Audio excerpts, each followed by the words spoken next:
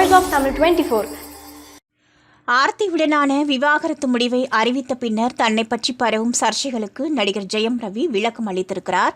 இதுகுறித்து அவர் கூறியுள்ளதாவது: கடினமாக உழைத்து இத்தனை ஆண்டுகளாக நான் சேர்த்த பெயரையும் புகழையும் டேமேஜ் செய்ய நினைக்கிறார்கள். அவ்வளவு எளிதில் அதை நடக்கவிட மாட்டேன். நான் என்னுடைய வக்கீல் மூலம் ஆர்த்தியின் தந்தையிடம் பேசிய பின்னர்தான் விவாகரத்து நோட்டீஸ் அனுப்பினேன். அதற்கு முன்னரே ஆர்த்தியின் பெற்றோரும் என்னுடைய பெற்றோரும் கலந்து ஆலோசித்தனர். அப்படி இருக்கும்போது எப்படி எதுவுமே எனக்கு தெரியாது என ஆர்த்தி சொல்கிறார் என தெரியவில்லை. ஜூன் மாதம் என்னுடைய மகன் ஆரவின் பிறந்தநாள் வந்தது. அப்போது நான் சென்னையில் தான் இருந்தேன். அவனுடன் பிறந்தநாள் கொண்டாடிய புகைப்படங்களும் வெளிவந்தன.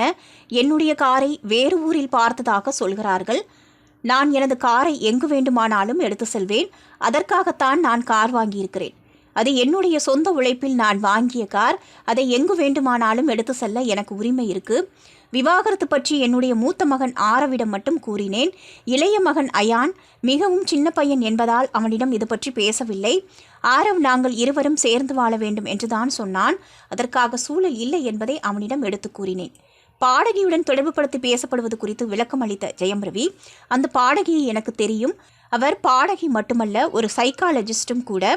நிறைய பேரை மன அழுத்தத்திலிருந்து வெளியே கொண்டு வந்துள்ளார். அவருடன் சேர்ந்து ஒரு ஆன்மீக மையத்தை திறக்க திட்டமிட்டு வந்தேன். அது பிடிக்காததால் இப்படி பேசுகிறார்களா என தெரியவில்லை. என்னிடம் அனைத்து ஆதாரங்களும் உள்ளன.